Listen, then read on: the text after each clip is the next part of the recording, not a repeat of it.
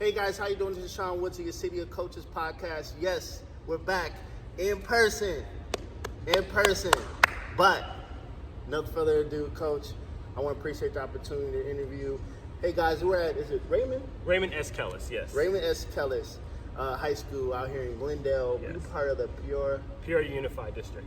All right, so Yeah. y'all in this out here. So we way out here. Way you know, out I'm deep. always in Deep. Queens Creek and stuff like that. Coach Stinson, appreciate you coming I out to the appreciate show, you, man. Sam. Most definitely, Yes, sir. man. Yes, sir. Well, honestly, man, let's get natural to it, man. What have you been up to since you got this position? I seen it on Man. Twitter. I was like, but you ain't gonna have nobody. So Yeah. what have you been up to? Man, it's been a thing. Recently married. Congrats. Got a baby on the way. Baby's due in October. So, Boom, boom, boom. right. So it's just I got the head job, got married, having a baby. So it's been real crazy. Obviously, with the whole Corona thing, not even meeting the kids. This is actually my 5th day on campus. Oh, So really? I don't even know like where the classrooms are at still. Wow. Like I barely found out where the practice gym was my first day. Like this is my 5th day on campus. Oh, wow. So when I'll take you on a tour after this, and then after that we'll figure out if we get lost, we get lost. But it's been great actually. I love it. The administration's been beautiful. Maintenance has been great. The other coaches have been super cool. The kids are really like excited about learning and just getting a new feel. It's good for me being 26, having a new feel, having some new energy. And they just love it. We have music during workouts and stuff. And they're like, we didn't even know we had a sound system in here. I brought the shooting gun out. They're like, we didn't even know we had a shooting gun. So it's like, I'm just happy I'm able to open their eyes to some more stuff. So it's been a little bit of a switch for them, but I think they like it. I mean, all these kids, they want to get back to it, right? Right. Like, they've been stuck in Right. the house. Everyone's been stuck in the house. We've been stuck in the Yeah. house. I couldn't imagine getting a new position and then can't even go see my players. Right. Especially with come Arizona, because as you guys probably know, Arizona, you go basically, usually, in normal circumstances, you can go all year long. Yeah. Probably take a couple weeks out here and there and there. So, like, to get your position right away, Yeah. I know you're probably just very excited and everything. And congrats for being over here, Raymond. But let's talk about your previous stint at South Mountain. You Okay. guys, just talk to us about South Mountain, because I'm excited. I want to get Coach Jeremy on, but I want to talk. Give me some of your experience at South Mountain. South was great, man. I'm a South Mountain alum. I'm a Jags at heart. Oh, okay, I Graduated in get you. 2011. Yes, I played for Coach Fair, and I love everything about South Mountain. So, going into South Mountain, it was a situation where we were still super young at the time when I got on as a JV coach. It was going into Zay Freeney's sophomore year. Okay. So Zay Freeney, if you don't know about him, first team All-Region, first team 5A Offensive Player of the Year, Compton Magic kid, NAU offer, 4.68 Oh, GPA, wow. like great kid. So it's going into his sophomore year. Also with Kyrie Ware, who's going to his junior year, which was first team All-Region, and then coming in with Otis, who's going to be a freshman. So we were super young. So going into the year, we weren't having like a lot of expectations. Going into that year, we were like, well, we'll see what we can do, win a couple of games here and there, and then it kind of just snowballed into a playoff run. So that first year, we ended up getting into the play-in game and playing Buena. No one expected us to get into the play-in game except for the people on staff, and then us, of course, the players. And then get there, play-in game. We go down to Buena. It's like a 3-hour ride that we have to drive ourselves. Get to Buena. We get there, take care of business, play great, and then we come up against Apollo in the first round of the Sweet 16. Obviously, Apollo was more experienced at that time. They made it to the Final Four that year, and they handled us, which they were supposed to. They were a senior-led team with Emmanuel and all of them, and they were pretty tough. Like, they were great. So going into that second summer with South, it was going into Zay's junior year, Kyrie's senior year, Otis' sophomore year, and then Demarion Poncel came on to varsity now as a sophomore. So we had everything. So going into the summer as a coaching staff, we were like, wow, we really got something here. Right, Like, yeah. We really got something. We got Larry on Guinness here. We have the team now that we think we can come shock a few people. So that first tournament comes where we play, who we played at Thanksgiving tournament? We lost to Skyline by like 5.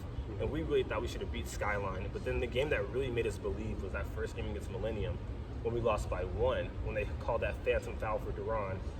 With like 3 seconds left, and then he ends up goes to the free throw line, knocks down the free throws at our house, and wins the game. But in that locker room that day, the kids were just like in tears. They were feeling the emotion, and they were, and that's when I saw it clicked for them. Like they're like, yo, we can really like Millennium's supposed to be the best team out here. We can really play with them. And I was like, well, let's do it then. So from that point on, we just turned it on. Got to the playoffs, and we handled our business in the playoffs. We got lucky to be at home. Ended up with Carl Hayden first, took care of Carl Hayden, and then we got Buena again. So Buena was looking for a little bit of revenge then, but we took care of Buena, and then after Buena, we ended up playing Millennium at their house, and they were just like a buzzsaw at that time. They were just rolling, they were hot, and ended up losing to Millennium at their house. But it was such a great experience for me, going back home basically, and learning under all the coaches, being under Coach Fair again, which was great, who coached me in high school and be the athletic director there. So just a full circle moment. So I was happy I was there. And then when I got the call here, it was just time for us to go, you know? I mean, winners, one thing about that, when you're a part of a winning staff, like, it's not just about the head coach, because they were like, well, we're going to get the guy that's been under him. Right? So he's been there a while. Something like that.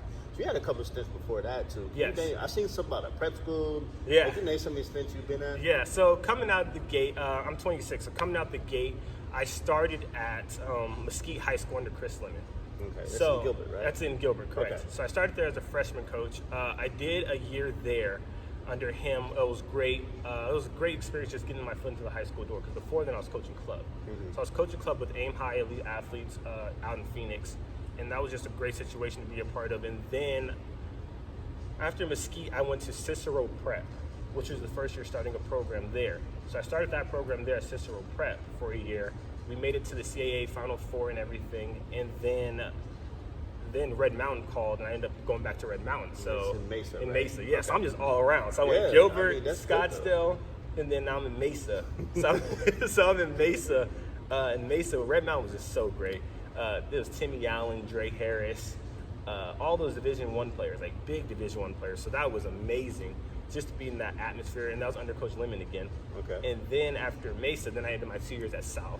Okay, yeah. And now that brought me here to Glendale. So I've coached everywhere, all around the valley. That's good, because you actually, even though you're like you say, you're 26, you have all the experience. Exactly. And it's not just at one house. Exactly. Like, you can tell how kids may play in the lower valleys, all around. So you get to see something like that. Right. That's very exciting, honestly, truthfully. Honestly, it was such an experience, because being able to go around to all this stuff and being in different houses and seeing the different tiles, like it's different how you play on the south side, it's different how you play on the east side, it's different how you play on the west side, like it's different types of fields. All the game of basketball though, like we all speak the same language, we just do it in different ways. And that's really the biggest thing, is that the way I teach the game is just love. Right. Like you said, it's all about love and just playing the game the right way, playing defense and just getting down to it, and make sure we're having a good time and growing these guys into young men. I'm still a young man myself, so I'm still growing and learning myself, but it's good to learn with them. Especially starting at 18 and then being 26 now, I feel like I've learned a lot, and I still have a lot more to learn. And I have great mentors that I lean on to find more information out. Well, that's good for you, because of the fact that you were been part of the programs. I mentioned to you, I started very young, so you're gonna be like, by the time you could look at 34, you can have so much more experience than all the other guys, and you're gonna people like, oh, you're an old man. Like, mentally, I do feel that way. Oh shit! Like, look at this. Hey, this come from hooping. I'm saying. This comes from coaching. Oh, I'm man. telling you right now, man. It's stressful at times. God bless it. So you're here at your home now, right? You met some of the players. You're scheduling such things like that. Yes. Can you explain to the parents out here who watch that, like, what are some of you guys' plans during this COVID situation? Like, how are you actually implementing getting all the guys that wants to come in? Like, how are you separating? I know you explained to me off camera, but obviously we're on camera now. So. Yeah, the biggest thing is basically safety is always the biggest thing. Like, we have 20-minute intervals where we have to wash hands. We can't rebound the basketball for them right now. We got to make sure we sanitize everything right now. But the biggest thing is just communication. Like, we're trying to be as visible as possible. So group emails. I have to go send one out after this, talking to the lower level. So right now in phase 1, all of the varsity kids and varsity returners and the upperclassmen are coming in, but they're coming in groups. So it's like groups of 5, and groups of 3, groups of 4, and we're just trying to bounce in and out of that. So that's really cool right now, but it gives us time to work on individual stuff. Like, usually when you go into practice, it's just like, here's plays, here's rebounding. We got to make sure our team defense is set. It's like during season, you don't have a whole lot of time to develop. This gives us so much time to work with each kid one-on-one and really build their game and add to their bag. Because we have a kid named Chris Ruiz here that's going to be a sophomore, and he was our leading scorer last year in our division, our region. And if you don't know about our region is the toughest region in 5A in the state.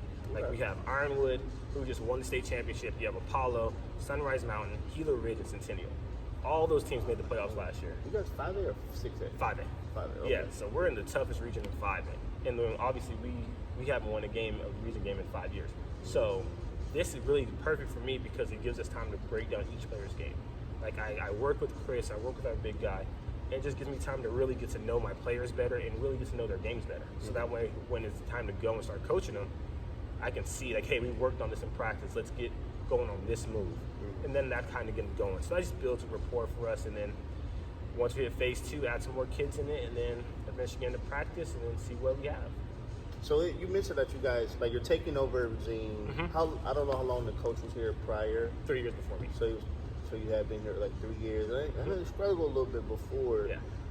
But obviously you're optimistic about what you got going on. So, we can get into it when it comes to like your personnel, like how many seniors you got returning, like people with experience, like what are people to look forward to for the Cougars? Like what's going on? Biggest thing for the Cougars is that we're bringing back Chris Ruiz, like I said, who's going to be a sophomore.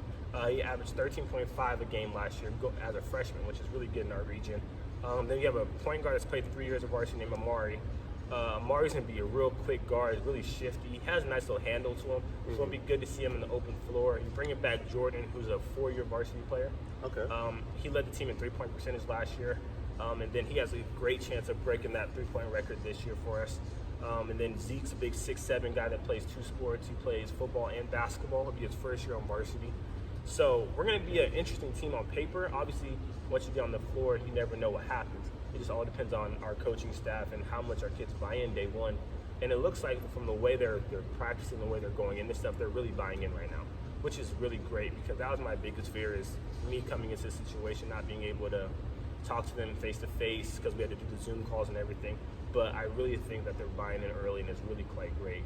Who else do we have? And then hopefully bring in some freshmen that can come in and play some varsity minutes for us and then see where the ball drops. So you pretty much you've been a sponge from various different.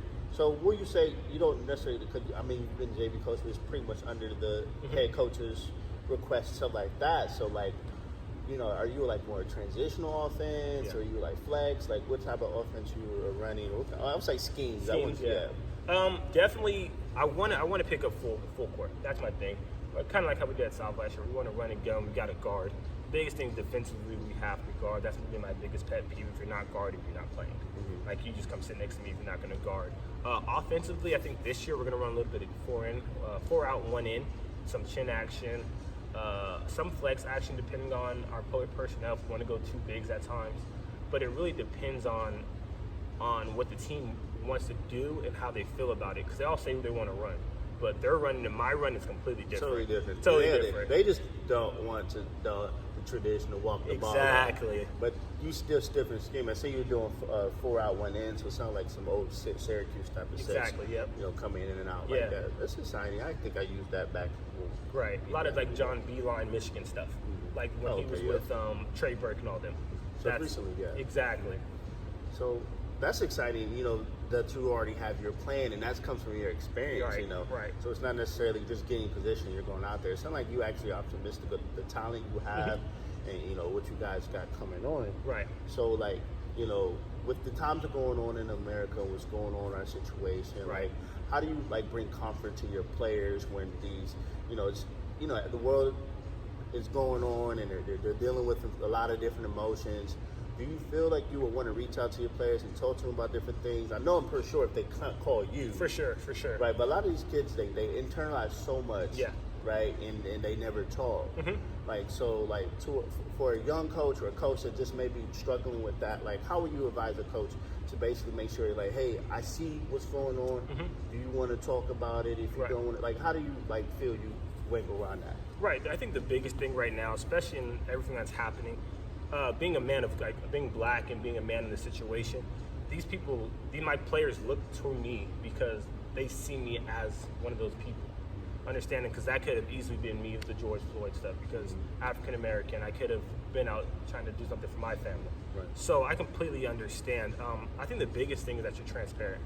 You got to be transparent. These kids have to see your heart. Like coming in day one, I tell all my kids I love them. Like our first Zoom call was like, hey, I love you guys. And they were like, what? Like I don't even know you, dude. It was like, I love you guys already. Because I understand that me building that bond is going to be important. And I know a couple of my players have already reached out to me about it, and it's good because I feel like I'm breaking down those walls already. Because obviously stuff happened in their family. Some people have the coronavirus in their families. Like, I just have to, me being open 24/7 with them, letting them, hey, I understand. Like, I've been broke. Like, I've had the lights turned off. Like, I've lived in the hood. Like, I live in the hood. Like, I know what you guys are going through. Right. And being 26, I think that even helps them even more. Like, I listen to the same music you guys listen to. I listen to Uzi. I listen to Migos. I listen to all that good stuff. But, like, I think that's really, just being relatable. Being relatable is very important. And it helps you be a player coach as well. Right. You know, because you're not disconnected. And nothing to the picture of, like, the coaches who've been around and coaching for a while.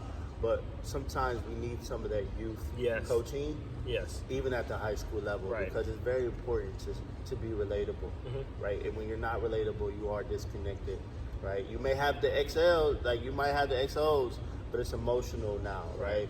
Because the game's kind of going away from the X and O's. For real. Trust me. I've even told people, like, I'm outdated now because I'm an X and O coach. Right. Like, I could get on that clipboard and get it popping. Yeah. Right? But, like, the emotional thing, when I felt that for myself, I was like, all right, let me back off. Yeah. Right? Let some of these younger coaches get it in. Coaches have probably been around some of the, AAU or club ball. Right. The differences like that. And I definitely, Coach, appreciate you sharing that. Like, speaking out to some of your players, stuff like that, because, during my tenure, like when I was deep into high school coaching, by the time, like, the training, all that stuff, I was a college coach by that time, right? So all that's like that. But, like, these high schoolers are seeing these type of things, and they want to get somewhere. Yeah. And they want to, they friends, they want to make sure they come home and all that stuff every day. So definitely it's very important that coaches, you're not invisible. You want to make sure that your players are actually understanding that they can come talk to you, right? And it's a lot of different things, right? You probably had things, like you said, you're from your areas and stuff like that, so you had to come to your coach during your time, talk about certain things, or being hungry or being broke, whatever those things, and it's good. We get disconnected because, we live in a market, and I'm not trying to throw too much shade out there, but we live in a market where coaches are so focused on about the wins. And their popularity. Exactly. Right? Like, everyone knows now that I'm a GM of 2 professional basketball teams here in Scottsdale. So, like, I've had coaches come to the office and, like, talk about their players that they train. And I'm like, what about the team that you coach? Yeah. Like, how is your team doing? I don't care about your player. Right. Like, how is your team doing? Like, so it's like, you know what? I dealt with that. So, like, I see it. So it's exciting that you are actually naming off your team and you believe in your team, right? And such things like that. You believe in some of the things you skill. So let's mix it up a little bit, Coach. I have to ask you, you being a guard, who's your top 5 guard of all time? Top 5 of all time? Man, you want to start a debate. Top 5 of all time. So I was born in 1993. So I'm a basketball junkie, obviously, but my top 5 of all time, my favorite player is Chris Paul. So Chris Paul, of course, is in my top 5. I love Chris Paul. I watch Chris Paul highlights all the time. CP's my top 5. Of course, Magic Johnson. This is going to throw some people off. Tiny Archibald is in mine. Muggsy Bogues is in my top 5 guards. I know it's not. You're taller than both of them, so I don't know why you. I know what I'm saying. Whatever. I know people are probably like, "Oh, those are top 5 guards." Like, that's not yours. Exactly, it's mine. And then my fifth one, I'm from Phoenix. I gotta go with Steve Nash. Born and bred from Phoenix. I was in the time when Steve was out here killing people. When Steve was killing. It was a crazy time. I wish I was here where the Suns were doing something. It was crazy. Like, you would see him run the baseline and throw it like this, and Amari come out of nowhere and just punch it. Yeah. Like, it was a crazy time in the city then. Like, I'm not a Suns fan, but, like, being around, I'm from Phoenix. I want Phoenix to do well in everything we do, because I hate when people say Phoenix ain't got no hoopers. Like, learn your hit. Like, Marvin Bagley, we got Nico, we got Josh Green. Like, people don't know Josh Green's from Phoenix. Like, even though he's from Australia, but he lived in Phoenix. It's a Phoenix thing. Of course, Marvin. We got Channing Frye, Richard Jefferson. We got some talent. People just sleep on us for some reason, which I'm okay with people sleeping on us. That's just how it is until you come and play us. And then I ain't gonna lie. I know, it's just a thing. I said the same thing. Like, man, y'all ain't got no. Y'all ain't got no hoopers out here. Like, you know what I'm saying? But it is true. A lot of professional, even good college players. Marcus Howard, yeah. Yeah, they come here, though. Yeah, I'm saying. Like, Yeah. they're So coming. Josh Christopher coming to Arizona, so he likes something about the city. Yeah. So it's crazy. But those are my top 5 guards. Yeah. I know some people be like, what is he talking about? No. Because what happens is, so if you had your top 5, Chris Paul would be your top 1. Yeah, right. Because he's my favorite player. So who will you have the 2 people in the wing running down the court with you? Gotta have LeBron. Okay. CP, LeBron, and then Jordan. Yeah. Okay. Jordan, and then in the post, let's see, post. This is hard. Shaq, of course. Gotta have Shaq. Four. I'm gonna go pick and pop. Dirk. Okay, Dirk. Yeah. Okay. So you got basically 2 point guards in LeBron and CP. And if stuff starts messing up, just throw it down to Shaq. And if you need a game winner, you give it to MJ, get out the way. And if you can't guard Dirk, it's because he's 7 foot, he's picking and popping. So yeah, you keep the ball up high. So I like that team. I'll put my team against anybody. So let me smack you around a little bit. All right. Your transitional offense. 3 of those people's not gonna work. No, I'll slow it down for them. Coaching about personnel. Hey Shaq, you want me to slow it down? I'll slow it down. If you give me a 7-foot dude to walk in right now, we walking it up the court. That's true. I probably, hey, we'll throw it right in there. You gotta work with what you got. Yeah, beggars can't be choosers. So you have the opportunity here, Coach. Honestly, and this is a very important part. I actually like how I'm a word just to coach. So you have an opportunity to let people know that it's still hoop. Yeah. Regular high school basketball. Right. We're living in an era where these prep schools are basically kind of taking some talent and whatever. That's your choice. It's a business. Right. But obviously, me being an old school coach, and I believe it's high school, but I want to believe in coaches like you to let these parents know that they can still play and get their education at the same place. Correct. Right. Yeah. So how are you guys going? And obviously, you can't play against these prep schools like that. So when you're on this, when you're out here on the circuit, these kids are on the bubble. Like, how would you pitch to these kids? And it shouldn't be. I don't mean pitching. Right. You're just talking to, your players that you have. Yeah. And letting them know. Yeah. So letting your kids know that they're fine where they're at. They're still going to get recruited. They're still going to get their 4-year education because that's the whole point, right? Exactly. Is to make sure they get into college and stay in the college. Yeah. Talking to a former college coach that I would have players that wouldn't make it to the next year. Yeah. They're back at home sitting on mom's couch. Yeah. So how can you let your kids know and probably motivate other coaches to tell their players that it's okay to stay at a 4-year school? I think the biggest thing is that you're honest with your kids out the gate. Just let them know what their roles are going to be, and if they're not okay with it, then obviously you can't please everybody. But I think the biggest thing is that you don't get the high school atmosphere unless you're playing high school basketball. There's nothing like a rivalry game. Obviously, I understand those prep schools do get big crowds at the same time, but some of those fans are just there to see those big names. It's different when you have your fans coming to see the whole team, and the kids that they see every day in school. It's a different type of love, and it's a different type of energy. So I say the biggest thing is that high school atmosphere is completely different. Like, you can't simulate high school basketball, especially like during the playoffs and during a big rivalry game. You can't simulate that. And then the biggest thing is that you're showing these kids that you don't need so big names to do what you need to do. If you can hoop, they're gonna come find you regardless. Like, talent, coaches know how to find talent, and then obviously it's a lot on us coaches to get their names out there. Like, we have to do a better job as high school coaches of pumping up our players and building better connections and doing stuff like this. Like, this stuff helps our kids. This isn't for me. This is for my program. Like, I'm trying to build a program. I could care less about my name. And I'm trying to get these kids to college. So if a coach sees this and is like, hey, I want to see something about what Kels is doing, then that's exactly why I'm doing it.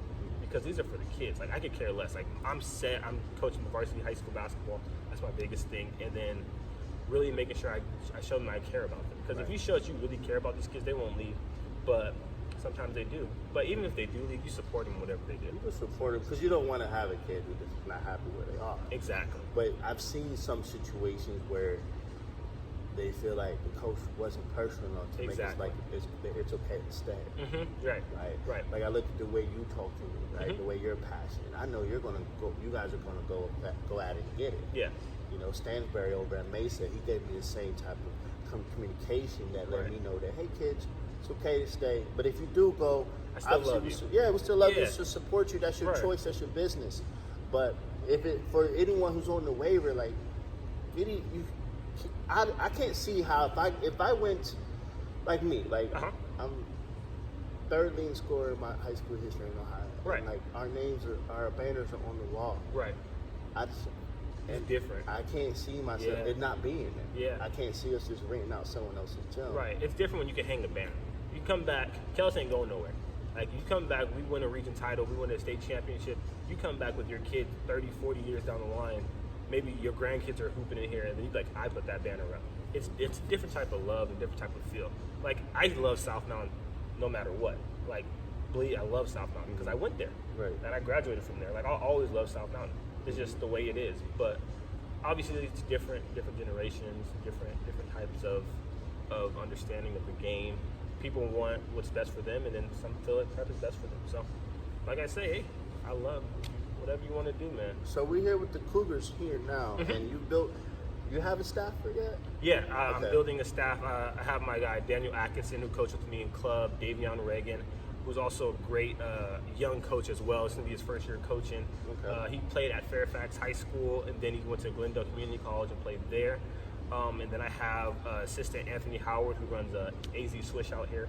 Okay. So that's big for us. So that'll help us with the club kids and get some funneling into here. But that's it. I got some staff. And there's some people that don't even have staff. I know. So it's a blessing, especially in this situation. Yeah. That's more political every day. But yeah, like, definitely, congrats on the staff. Like, Coach, so I always tell my coaches, once the season's going, I want to get you back on camera, talking about everything. I definitely appreciate the opportunity of bringing us here, and it's a really nice gym. Honestly, I'm looking around, I'm like, it was worth the drive. It's low. Like, I'm not gonna lie. When I took it sight unseen. Like, I was like, I came in, I did my interview. I didn't even see the gym. I did my interview, and then Corona hit. Right. So then I didn't even take a tour or anything. So then the first day I walked on campus, I was like, oh my God, like, I don't know what the gym looks like. Like, I know it's like a newish school. I saw it on film, but sometimes film be lying. I was like, or just the gym be nice. Yeah, and then everything else be nice. But man, if you haven't seen Kellis, come to Kellis. We got a beautiful campus here, and then we're gonna put a show on for you guys too. Our motto right now is make your own history. That's what we're gonna try to do, make our own history. Because we don't care about the past and what we've done in the past in the region. We're gonna make our own history. That's it. Make your own history. Where your t-shirts at? I'm working. Like, I've only been on staff for 5 days. I found this right here. I found this, and it just happened to be my size. So I got real lucky. All right. I literally, this is the only thing I have that's Kellis. So I'm working on it. I'm gonna have some merchandise for you guys. I promise. Hey, you know what? City of Coaches podcast is more than happy to have you anytime, Coach. We're finishing up over here. Coach Stinson, appreciate the opportunity, man. Most definitely, man. We solid. If you guys check us out on Twitter, Coach D.O. Woods. Hey, you catch me on YouTube, City Coaches Podcast. Coach, throw your handle out for me. That's Coach D. Stinson, and then Kellis Hoops as well. So come and follow us. Come watch a game, guys. We'll put a show on for you guys, I promise. Appreciate